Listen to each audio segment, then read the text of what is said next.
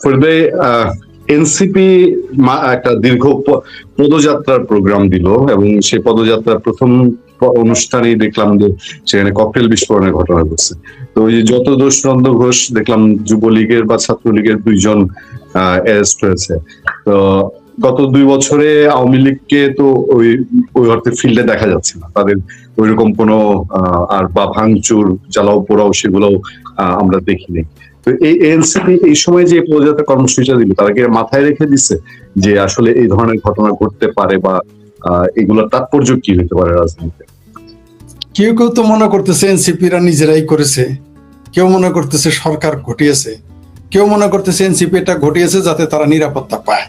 কারণ তাদের এই মুহূর্তে আর তার মামুরা, মানে জলপাই রঙের মামুরা তাদের পাহারা দিচ্ছে না, পুলিশ তাদের পাহারা সরকার তাদের দিচ্ছে না, একটা সলভ করার জন্য করেছে। আবার কেউ বলেছে তারা আক্রান্ত তো হবেই। তো আমার ভাবির পোলারা তো আক্রান্ত হবেই, তারা বাংলাদেশে যে সন্ত্রাস, যে ধ্বংসযজ্ঞ চালিয়েছে, তারা তো যে কোনো জায়গায় আক্রান্ত হবে, জনগণের মুখোমুখি তাদের হতেই হবে। তো তারা তো এইভাবে কয়দিন চলবে? পাহারা দিয়ে তো ভাই রাজনীতি হয় না। সেনাবাহিনীতে আমরা দেখেছি 9 বছর টিকতে পেরেছে, তারপর তো তার পতন ঘটেছে। 9 বছর উপরে তো থাকতে পারেনি। সেনাবাহিনী দিয়েও তো 9 বছর উপরে থাকা যায় নাই। তো এটা তো ঠিকা দিয়ে সেনাবাহিনী কেমনে চলবে? চলতে পারবে না। আমার ভাবির পোলারা যে কাজটা তারা করেছে, এখানে ছাত্রলীগের খায় দেয় কাজ নাই যে এনসিপির ওখানে গিয়ে আমরা এনসিপি কে তারা প্রতিদ্বন্দ্বী মনে করে। ছাত্রলীগ এনসিপি কে তারা কি আওয়ামী লীগকে এনসিপি কে প্রতিদ্বন্দ্বী মনে করে? এরা হলো জামাতের B team, C team, D team. এদেরকে কি আওয়ামী লীগ প্রতিদ্বন্দ্বী মনে করে তাদের সাথে যাবে? কারণ যখন জামাত উচ্ছেদ হয়ে যাবে, বিএনপি সরকার থেকে পদের তো হাওয়াতে খুঁজে পাওয়া যাবে না, হাওয়ায় মিশে যাবে, হাওয়ায় মিঠাইয়ের মতো। তো বাংলাদেশ আওয়ামী লীগ, ছাত্রলীগ তাদের প্রতিদ্বন্দ্বী মনে করবে কেন? বরং যদি এটা জামাতের সাথে সংঘর্ষ হইতো, বিএনপির সাথে হইতো, তাহলে কিছুটা বিশ্বাসযোগ্য যে আসলে তারা প্রতিরোধ করলো কিনা। তো প্রতিরোধ করবে আওয়ামী লীগ। আওয়ামী লীগ এইভাবে পরে মার খাবে। আজকে তো জানেন যে আশোক বলেছে যে 61 জন জেলখানায় হত্যা হয়েছে, তার মধ্যে গিয়ে দেখবেন 50 জনই আওয়ামী লীগের লোক। তো এরা তো পরে মার খাবে না, এরা তো পরে এইভাবে নির্যাতিত হবে না, তারা তো একসময় দাঁড়াবেই। আর এরা যখন দাঁড়িয়ে যাবে তখন আমার এই ভাবির ছেলেরা এনসিপি কেন, বিএনপি জামাত কেন, সেনাবাহিনী বেড়াকে গিয়ে পালাইতে হয় তাদের? এটা তো ঘটবেই। সামনে তো আমার ধারণা সামনে হরতাল আসবে, আন্দোলন আসবে, অবরোধ আসবে, এটা আমার ধারণা। জি, বাংলাদেশে গত 1 সপ্তাহে 3 জন নারী খুব আক্রান্ত হয়েছেন, মোটামুটি জাতীয়ভাবে পরিচিত নারী। একজন হলেন মেহের আফরোজ শাওন, আপনি পুরো ঘটনাটা জানেন। আরেকজন হলেন মাহিয়া মাহি, চলচ্চিত্রের নায়িকা। আর আরেকজন হলেন উনি রাজনীতি অঙ্গনে নীলুফার চৌধুরী মনি। 3 জনকে 3টা বিষয়ে আক্রান্ত করা হয়েছে এবং তাদেরকে নিয়ে ট্রল, তাদেরকে নাক মুখ ফাটায় দেওয়ার জন্য পুরস্কার ঘোষণা, মানে বিতিকিচ্ছিরি এক কাণ্ড। এইগুলার কি থামার বাংলাদেশের কোনো লক্ষণ নাই? থামবে না? মানে এই যে মব সংস্কৃতি, মেয়েদেরকে, এরা যদি, যারা এখন ক্ষমতায় বা যাদের সহায়তায় এই সরকার ক্ষমতা এসেছে, তারা তো নারী বিদ্বেষীদের সহায়তায় ক্ষমতা এসেছে, মুক্তিযুদ্ধ বিরোধীদের সহায়তায় ক্ষমতা এসেছে। এরা তো নারীদের নিয়ে ট্রল করবেই, সেটা মেহের আফরোজ শাওন হোক, সেটা মাহি হোক, আর সেটা ব্যারিস্টার রুমিন ফারহান হোক। তারা তো নারীদের বিরুদ্ধে কথা বলবে, কাজ করবে। এটা স্বাভাবিক, এটা অস্বাভাবিক কিছু না। কিন্তু এগুলো বলে কি তারা ঠেকিয়ে রাখতে পারবে? আর আপনি যেটা বললেন যে মব সন্ত্রাস বন্ধ হবে কিনা, এটা তো বন্ধ হবে না। কারণ ওয়াকার সাহেব নিজেই চাচ্ছেন এটা হোক, তার ছত্রছায়া এগুলো হয়। বিএনপি চাচ্ছে এগুলো হোক, জামাত চাচ্ছে এগুলো হোক। তো ছত্র ছায়া দিচ্ছে তার জন্য হচ্ছে। নাহলে কে এটা প্রকাশ্যে বলতে পারে একজন নারীর কথা, যে তাকে যদি আপনি কি জুতা পেটা করতে পারলে 1 লাখ, রক্ত ঝরাতে পারলে 2 লাখ, এটা তো ফৌজদারি অপরাধ। আপনি তাদের কথা কি বলবো? সংসদে দাঁড়িয়ে এক ফাত্রা মহিলাকে দেখলাম, আমি দুঃখিত এই শব্দ উচ্চারণ করতে, বললো যে শেখ হাসিনাকে সে ইলেকট্রিক শক দিতে চায়। এটা কোনো বক্তব্য হইতে পারে? সংসদে যদি বলে ইলেকট্রিক শক দেবে, আপনি তার ফাঁসি চাইলেও তো আমরা প্রতিবাদ করতাম না, আপনি তার বিরোধী চাইতেই পারেন। কিন্তু ইলেকট্রিক শক দেওয়া হবে, তার মানে তীব্র ঘৃণা, ক্ষোভ। কেন? কারণ তিনি বঙ্গবন্ধুর কন্যা, কারণ তিনি মুক্তিযুদ্ধের পক্ষ শক্তির নেতা, এই জন্য তার এত ক্ষোভ। এটা আমরা বুঝি। তিনি কিন্তু জামাতের 71-এর পরাজিত শক্তিকে ইলেকট্রিক শক দিতে চান নাই। কাকে চেয়েছেন? শেখ হাসিনা। কি অপরাধ তার? কয়েকশো মানুষকে তিনি মেরে ফেলেছেন। যারা 30 লক্ষ মারলো তাদের ব্যাপারে কিন্তু তাদের বয়ান আমরা শুনি না। তো এগুলো আমরা মব করতেছে, ভায়োলেন্স করতেছে, সন্ত্রাস করতেছে, অরাজক পরিস্থিতি সৃষ্টি করতেছে, এগুলো বাংলাদেশ সরকার এবং সেনাবাহিনীর পৃষ্ঠপোষকতাতেই ঘটে। আমি বারবার বলে থাকি, রাষ্ট্রীয় পৃষ্ঠপোষকতা ছাড়া মন্দ কাজ তো দূরের কথা, আপনি একটা ভালো কাজও তো করতে পারবেন না। আপনি ভালো কাজ করে দেখেন তো, বড় কোনো ভালো কাজ আপনি রাষ্ট্রের মদত ছাড়া করতে পারবেন না, খারাপ কাজ তো পারবেনই না। পৃথিবীর যত খারাপ কাজ হয় বড় বড় সবগুলোই রাষ্ট্রের মদত হয়, সম্ভবই না। আপনি গাছের পাতা ছিঁড়তে পারবেন না রাষ্ট্রের যদি পৃষ্ঠপোষকতা না থাকে, রাষ্ট্রের আস্কারা না থাকে। তার জন্য আম্মার জাম্মার শিবির জামাত এই কথাগুলো বলার দুঃসাহস তারা দেখিয়েছে। তাদের পরিবার তাদের আশ্রয় দিয়েছে, তাদের দল তাদের আশ্রয় দিয়েছে, সরকার এবং দেশের আইন শৃঙ্খলা বাহিনী তাকে আশ্রয় দিয়েছে, আস্কারা দিয়েছে। তার জন্য এগুলো বলতেছে, বলবে যতক্ষণ তারা ক্ষমতায় আছে এগুলো বলবে। আবার যখন উল্টো হয়ে যাবে তখন উল্টো হবে, তখন আবার আওয়ামী লীগের হেলমেটের নিচে এই আম্মারেরা পালাবে, ওটা আমরা জানি। জি, আপনার স্থানীয় সরকার নির্বাচনের মোটামুটি তারিখ ঘোষণা হয়ে গেছে। আওয়ামী লীগের লোকজনের কি স্থানীয় সরকার নির্বাচনে অংশগ্রহণ করা সম্ভব হবে মনে করেন? আমি মনে করি না তাদের সম্ভব, কারণ তাদের নির্বাচন করতেই দিবে না। কারণ হলো আওয়ামী লীগের মানুষজন যদি, আওয়ামী লীগের কোনো ব্যক্তি যদি নির্বাচন করে তাহলে সবাই ফেল করবে। কারণ এই 17-18 মাসে ডক্টর ইউনূস যা করে গেছে, 4 মাসে বিএনপি যা করেছে, মানুষ অসন্তুষ্ট। যে যতই গল্প করুক, গল্প এক জিনিস, রিয়ালিটি আরেক জিনিস। যদি এই মুহূর্তে আওয়ামী লীগপন্থী মানুষ নির্বাচন অংশগ্রহণ করতে পারে, তাহলে তাদের জামানত হারানো হতে পারে। তার জন্য তাদের ইলেকশন করতে দিবে না, আসলেই তাদের আক্রমণ করা হবে, দিবেই না। তারা তো বলেছে আওয়ামী লীগকে কোনোভাবেই তারা নির্বাচন করতে দিবে না, তো ঘোষণা করা হয়েছে, তারা করতে দিবে না বলেছে তো। আর তারা পারবেও না, কারণ এরা ইলেকশন করলে ওরা পাশ করবে না, তাই তাদের যে প্রতিহত করবে বর্তমান সরকারে যারা আছে। তাই তাদের গত 2টা 15 আগস্ট কিভাবে পালিত হয়েছে আপনি দেখেছেন, বাধার পরেও বাধা বিঘ্নের মধ্যে দিয়ে। এবারের 15 আগস্টে কি নতুন কোন তাৎপর্য দেখা যাবে বা কোনো চেঞ্জ দেখা যাবে মনে হয়? এই সময় হয়তো ছাত্রলীগ আওয়ামী লীগ বিচ্ছিন্নভাবে কিছু 15 আগস্ট তারা পালন করবে, কিছু সংঘর্ষ হবে। সরকার তো এটা করতে দিবেই না। যদি করার সুযোগ পায় তাহলে তো সারা দেশে বিশাল প্রভাব পড়বে, এরা ভয় পেয়ে যাবে, করতে দিবে না তারা। আওয়ামী লীগের, ছাত্রলীগ, যুবলীগ বা মুক্তিযুদ্ধের পক্ষের মানুষ বঙ্গবন্ধুর 15 আগস্ট তার শাহাদত বার্ষিকী বা শহীদ দিবস পালন করে শাহাদত বার্ষিকী পালন করার চেষ্টা তো করবেই, কিন্তু খুব একটা সফল হবে বলে আমার মনে হয় না, কারণ নির্যাতন নিপীড়ন করবে। বাংলাদেশের সেনাবাহিনী প্রধান জনাব ওয়াকারুজ্জামান, অর্থাৎ জেনারেল ওয়াকারুজ্জামান, তিনি সাম্প্রতিক সময় হজ করেছেন। হজ থেকে ফিরে এসে মুখে দাড়ি রেখেছেন। এটা নিয়ে সারা দেশে আলোচনা সমালোচনার কোনো শেষ নেই। আমি প্রথম থেকে এটা নিয়ে আসলে আলোচনা করতে চাচ্ছিলাম না, বিভিন্ন কারণে। প্রথম হলো, সেনাবাহিনীর যে প্রধান, এই পদটি অত্যন্ত সেন্সিটিভ আমাদের দেশে। এটা ভয়ের কারণে নয় বা কোনো সংকোচের কারণে নয়, মূলত রাষ্ট্রীয় কিছু কিছু পদ পদবি রয়েছে যেগুলো সম্মান এবং মর্যাদা রক্ষা করতে হয়, স্পর্শকাতরতা রক্ষা করতে হয়। এটা দেশের সেফটি এবং সিকিউরিটির জন্য। যেমন ধরেন প্রধান বিচারপতি, তারপরে সেনাপতি বা যে কোনো বিচারক, সেটা নিম্ন আদালতের একজন জুনিয়র জুডিশিয়াল ম্যাজিস্ট্রেট। আমি মনে করি তার সম্মান এবং হাইকোর্টের অ্যাপিলেট ডিভিশনের একজন বিচারপতির যে সম্মান, সবার মধ্যে এই সম্মান রাখার যে বোধ সমপর্যায়ে থাকা উচিত, আমি ব্যক্তিগতভাবে মনে করি। তারপর ধরুন আমাদের দেশে যে সকল সাংবিধানিক প্রতিষ্ঠান রয়েছে, দুর্নীতি দমন commission, auditor and accountant general যিনি রয়েছেন সেই অফিসটি, তারপর ধরুন যে সকল স্বায়ত্তশাসিত প্রতিষ্ঠান রয়েছে, বিশেষ করে বিশ্ববিদ্যালয়গুলো, ঢাকা বিশ্ববিদ্যালয়, জাহাঙ্গীরনগর বিশ্ববিদ্যালয়ের যারা ভাইস চ্যান্সেলর রয়েছেন, অধ্যাপক রয়েছেন, তাদের প্রতি জাতির একটা মান সম্মান বোধ থাকা উচিত। আমি নিজে এই জিনিসগুলো মেনটেন করি এবং প্রাণান্ত চেষ্টা করি এই সকল বিষয় নিয়ে, অর্থাৎ এই ধরনের ব্যক্তিদেরকে নিয়ে কোনো সমালোচনা না করার জন্য। আমি জানি যে এরা আওয়ামী লীগ করে অনেকে, এরা বিএনপি করে অনেকে, এরা অনেকে ঘুষ খায়, এরা অনেকে দুর্নীতি করে, এদের অনেকের আরো অনেক আজেবাজে অভ্যাস আছে। কিন্তু তারপরেও ব্যক্তিগতভাবে আমি আজকে এতদিন যাবত যে সোশ্যাল মিডিয়াতে আছি, পত্রপত্রিকায় লিখছি, আমি সবসময় সংযত আচরণ করি। তো সেই দিক থেকে জেনারেল ওয়াকারুজ্জামান,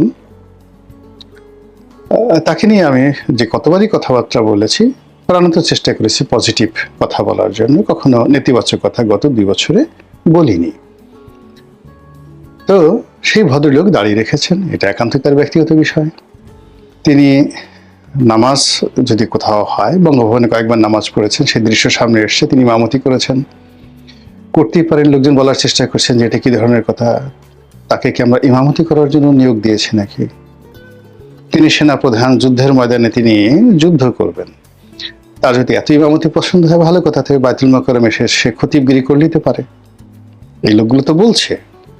তারপর আবার তিনি যখন দাঁড়িয়ে লেখে এসছেন, সবাই বলার চেষ্টা করছে হায় হায় হায়, এ কি হলো, পুরো সেনাবাহিনীকে সে এখন ইসলামাইজেশনের দিকে নিয়ে গেল। কেউ কেউ জঙ্গিদের মদতদাতা বলার চেষ্টা করছে, কেউ তাকে আরো বাজে কথা বলার চেষ্টা করছে, অমুকের সাথে সম্পর্ক, তমুকের সাথে সম্পর্ক। কেউ হয়তো তার ব্যক্তিগত ছবিটাকে আরো বিকৃতি করে বলার চেষ্টা করছে, দেখো দেখো দেখো, আগে তো ভালো ছিল, দাঁড়িয়ে রাখার পর এখন কেমন দেখাচ্ছে, কিরকম দেখাচ্ছে। যে যার মতো করে, এখন ইন্টারনেটে তো আপনি যদি এআইকে বলেন যে আমি ওর এরকম একটা ছবি দেন, যে এই ছবিটাকে তুমি এমনভাবে এঁকে দাও যাকে দেখলে মানুষ রাগ হবে, যাকে দেখলে মানুষ গালি দেবে, বা তুমি এভাবে ছবি এঁকে দাও যাকে দেখলে মানুষ সালাম দেবে, ওভাবে এআই আপনাকে একটা ছবি এঁকে দেবে। তো এরকম ছবিগুলো মানুষ পোস্ট করছে, অহরহ পোস্ট করছে। এর মধ্যে যারা ইসলামপন্থী রয়েছেন তারা ভীষণ রকম খুশি যে না, এইবারে প্রথম সত্যিকার আমরা একজন সেনাপ্রধান পেলাম যিনি আমাদের জন্য জিহাদে কুল্লিয়া এটি মানে পারফর্ম করতে পারবেন। জিহাদে কুল্লিয়া, একেবারে সর্বোচ্চ জিহাদ। এই দেশটিকে, এই দেশের মানুষকে একেবারে ইসলামের যে পরিপূর্ণ স্বাদ, আহ্লাদ, টেস্ট, রুচি, অভিরুচি যা কিছু বোঝায়, এটা সম্ভবত জেনারেল ওয়াকরুজ্জামানের মাধ্যমে সম্ভব। দেশে তাদের যে একটা দীর্ঘদিন ইসলামী বিপ্লব, বা তারা যেভাবে স্বপ্ন দেখে, যারা হুজুর আছেন, বিশেষ করে দেলোয়ার হোসেন সাইদি, মানে আমাদের দেশে ইসলামী যারা বক্তা রয়েছেন তাদের সবার মেন্টর। মানে ওনার সুর, তাল, লয়, ওনার যুক্তিকে কপি করেনি এরকম কোনো বক্তা বাংলাদেশে এখন পর্যন্ত আমি দেখিনি। মানে বাংলা সাহিত্যে এখনো পর্যন্ত যেভাবে রবীন্দ্রনাথের প্রভাব, কোনো লেখক কবি, কয়েকজন চেষ্টা করেছেন, বুদ্ধদেব বসু চেষ্টা করেছেন, সুকান্ত চেষ্টা করেছেন, তারপর যাকে বলা হয় আরো অনেকে, যেমন ধরুন সুনীল গঙ্গোপাধ্যায় চেষ্টা করেছেন, মাইকেল, মানে রবীন্দ্র যুগে যারা আছেন, কিন্তু তারপরেও ঘুরে ফিরে তারা রবীন্দ্রনাথের কথা বলেছেন, খুব লড়াই করেছেন যে না, আমরা ভুলেও রবীন্দ্রনাথের একটা টু শব্দ উচ্চারণ করব না। কিন্তু নিজের অজান্তে তারা রবীন্দ্রনাথকে মানে অনুকরণ না করে পারেননি। একইভাবে আমাদের ওয়াজের ময়দানে বহু মানুষ আছে যারা দেলোয়ার হোসেন সাইদি, জামাতের যে চিন্তা চেতনা, এই জিনিসগুলোকে তারা অনুসরণ করেন না, অনেক ক্ষেত্রে ঘৃণা করেন। অনেক সময় তাদের মনে করেন যে দেলোয়ার হোসেন সাইদি এবং জামাত যে জিনিসগুলো প্রচারণা করে এগুলো অন ইসলামিক।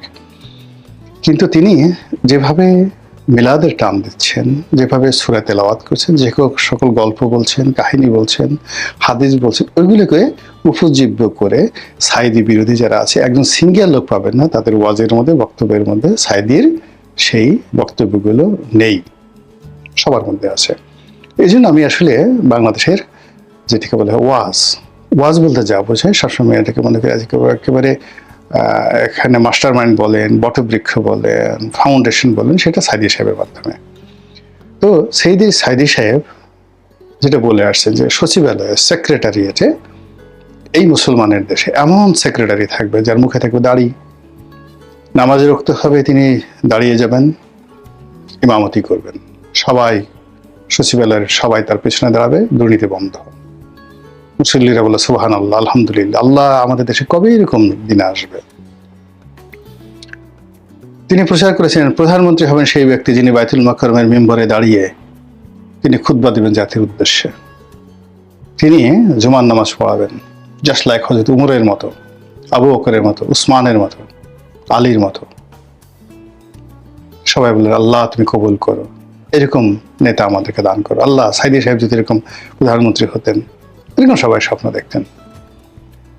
একই কথা তিনি বলতেন, বঙ্গভবনে যে থাকবে তাকে ওইভাবে জামাতে ইমামতি করতে হবে। এই স্বপ্নটা 80-র দশক থেকে ব্যাপকভাবে মানুষের মধ্যে মানে গ্রথিত হয়েছে, বপিত হয়েছে, মানে গ্রন্থনা করা হয়েছে, উপস্থাপনা করা হয়েছে, এবং ওটা মানুষের মনে মস্তিষ্কে ঢুকে গেছে। ফলে কি হলো, আমরা যখন কোনো মন্ত্রী, মিনিস্টার, কোনো সরকারি কর্মকর্তা, আমলা কারোর মধ্যে ধর্ম কর্ম দেখি, মুহূর্তের মধ্যে আমরা তাকে খলিফা উমরের পর্যায়ে নিয়ে যাই, এবং সে যে তলে তলে ঘুষ খায়, দুর্নীতি করে, নারী কেলেঙ্কারি আছে, এই জিনিসগুলো আমরা ভাবতেই চাই না, আমরা ওর মধ্যেই সবকিছু দেখি। এইভাবে কিন্তু এই 80-র দশক, 90-র দশক পুরো সময়টা আসছে, এবং আমরা এই স্বপ্নকে লালন পালন করে আসছি। এবং সেই স্বপ্নের মধ্যে অল অন এ সাডেন যখন আমরা ইউনূস জামানাতে দেখলাম যে আমাদের দেশে একজন ক্যাবিনেট সেক্রেটারি আব্দুর রশিদ তার মুখে দাঁড়িয়ে আছে, শেখ হাসিনার জামানাতে একজন ক্যাবিনেট সচিব তার মুখে দাঁড়িয়ে আছে। সুবহানাল্লাহ, এ তো অনেক ভালো কথা।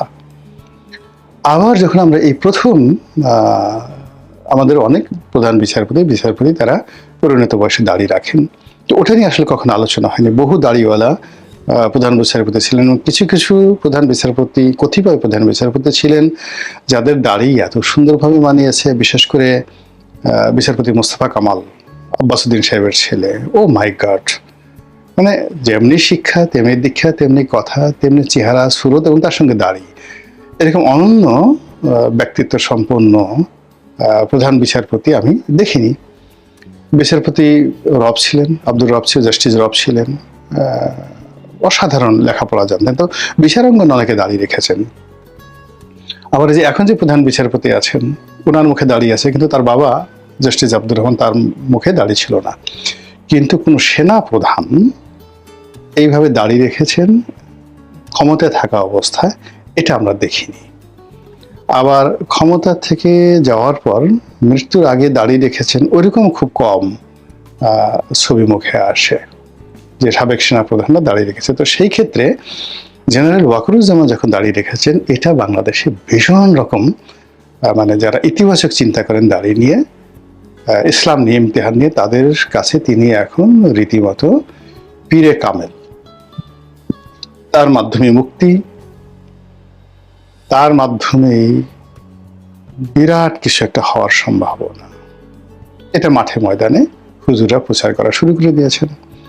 এক বিখ্যাত মানে ইসলামী বক্তা তিনি দেখলাম যে মোদিকে গালাগালি করছেন, তোমরা ভারতীয়দেরকে বলছেন তোমরা আমাদের ওয়াকারুজ্জামান সেনাপ্রধানের দাড়ি নিয়ে কটূক্তি করো, তোমাদের প্রধানমন্ত্রীর মুখে দাঁড়িয়ে তোমাদেরকে লজ্জা লাগে না? পারলে মোদির দাড়ি নিয়ে কোনো কথা বলো। তোমাদের অনেক আর্মি জেনারেল আছে, ফুল জেনারেল, লেফটেন্যান্ট জেনারেল, ফুল জেনারেল, যারা শিখ সম্প্রদায়ভুক্ত, তাদের মুখে দাঁড়িয়ে আছে। মাথায় লম্বা চুল এবং চুল ঢেকে রাখার জন্য তারা পাগড়ি পরে, মুসলমানদের মতো করে তারা পাগড়ি পরে। কই তাদেরকে তো তোমরা কিছু বলো না, আর আমাদের সেনা প্রধান দাঁড়িয়ে রাখছে, আর এটি নিয়ে তোমাদের এত জ্বলে কেন? এই কথাগুলো কিন্তু বলা হচ্ছে। আর এই কথাগুলো যখন বলা হচ্ছে, এবং আপনি দেখবেন সেনাপ্রধান যখন দেশের বাইরে থেকে দাঁড়িয়ে রেখে বাংলাদেশে ঢুকলেন, সঙ্গে সঙ্গে সারা বাংলাদেশে সাদা পতাকা, কলেমা খচিত সাদা পতাকার বন্যা বয়ে গেল, ভীষণ রকম বন্যা বয়ে গেল। এরপর দেখবেন যে তার এই দাঁড়িয়ে রাখার সঙ্গে সঙ্গে প্রধানমন্ত্রীর সঙ্গে তার যে সম্পর্ক, যে একটা সমীকরণ, আমি অন্তত আইকনটাকে যতটা দেখেছি, ওটা আগের মতো মনে হচ্ছে না। মনে হচ্ছে সরকারের পক্ষ থেকে তাকে একটা ট্যাগ দেওয়ার চেষ্টা করা হচ্ছে, তাকে সন্দেহের দৃষ্টিতে দেখা হচ্ছে। অন্যদিকে ভারতীয় মিডিয়া থেকে শুরু করে পশ্চিমা মিডিয়াগুলো, তারা প্রকাশ্যে অপ্রকাশ্যে, বিশেষ করে বেশ কিছু ইউটিউবাররা নানা রকম কথাবার্তা বলার চেষ্টা করছেন, কিন্তু ওয়াকারুজ্জামান বা সেনা প্রধানের পক্ষ থেকে আসলে কোনো রকম প্রতিক্রিয়া দেখানো হচ্ছে না। এরই মধ্যে পুলিশ আবার নতুন করে জঙ্গি ধরার যে অ্যাকশন, এটা শুরু করেছে। আর এটা তখনই শুরু করা হলো যখন একদিন পরে, যার একদিন আগে 4 তারিখে, জুলাই মাসের 4 তারিখে খুব মহা ধুমধাম করে আমাদের জাতীয় সংসদের দক্ষিণ প্লাজাতে আমেরিকার জাতীয় দিবস পালিত হলো। সেখানে আমেরিকান বাহিনী লেফট রাইট করলো, তাদের অর্কেস্ট্রা দল, সেনাবাহিনী, মার্কিন সেনাবাহিনী অর্কেস্ট্রা দল সেখানে জাতীয় সঙ্গীত বাজালো। অনেকটা ছোট আকারে হলো গার্ড অব অনার দেওয়ার চেষ্টা করা হলো। ব্রেন্ট ক্রিস্টেনসেন তিনি সেই গার্ড অব অনার গ্রহণ করলেন। আমন্ত্রিত অতিথিরা সেই আমেরিকার বন্ধুত্ব, আমেরিকার শ্রেষ্ঠত্ব এবং আমেরিকার প্রয়োজনীয়তা নিয়ে বিশাল বিশাল বয়ান তৈরি করলেন। আর তার ঠিক 2 দিন পরে কি হলো, সঙ্গে সঙ্গে এই কি একটা নতুন সংগঠনের তারা ওই কুম্ভ কেরাত শিখছিল, তাদেরকে গ্রেপ্তার করা হলো 15-16 জনকে, এবং এটা খুব একদম লাইমলাইটে চলে আসলো। তাহলে বোঝার চেষ্টা করুন যে পরিস্থিতি কোথায় চলে গেছে, এবং এইগুলো নিয়ে আলোচনা না করলে অনেকগুলো বিষয় অপূর্ণ থেকে যায়। মহান আল্লাহ আমাদের সবাইকে হেদায়েত দান করুন এবং হেফাজত করুন। আসসালামু আলাইকুম ওয়া রাহমাতুল্লাহি ওয়া বারাকাতুহু।